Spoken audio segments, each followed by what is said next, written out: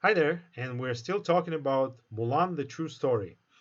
Now, in this video, I wanted to do something a little bit more fun and talk about discrepancies and historical inaccuracies between the Disney's Mulan version and the actual Ballad of Mulan recorded historically.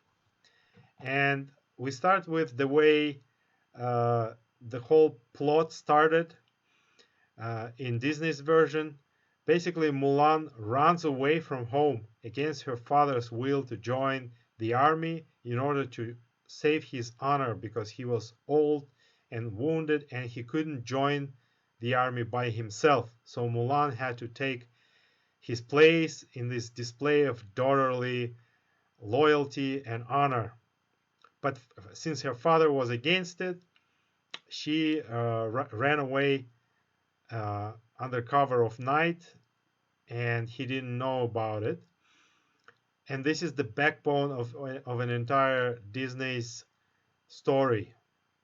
Now, in the actual Ballad of Mulan, uh, not only parents did did know about her plans to go to army, they were actually the ones who sent her to the army. In other words, uh, it was her father probably who sent Mulan in his place against her will. So it was exactly opposite of what Disney's Mulan showed us, and we know that because her parents, her father gave her money to buy her war horse, and they helped her to pack, and they said her farewells to her.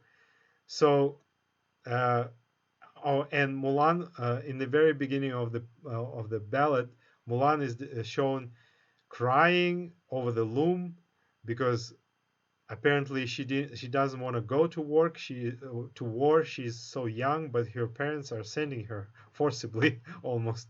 So a very different kind of story.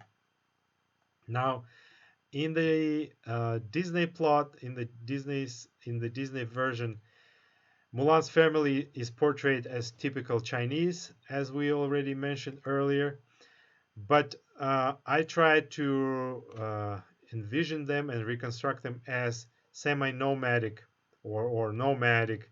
And I already talked about their stone house and a yurt next to it.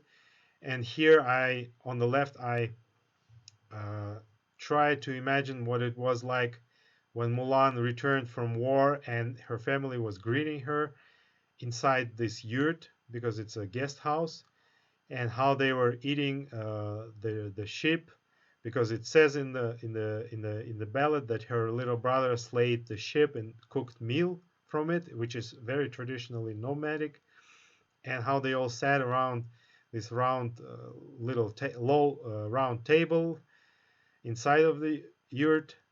So this is my take versus the Disney's take on how to portray Mulan's family. Um, Another difference is how Disney portrays enemies, and we already talked about it. How Mulan's enemies are like wild, beastie, barbarian Huns, wearing animal furs and attacking civilized civilized Chinese army.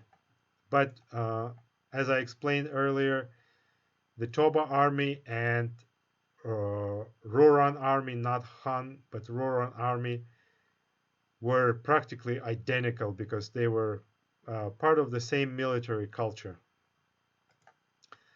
Another one is how Disney portrays the ruler, the Mulan's country's ruler.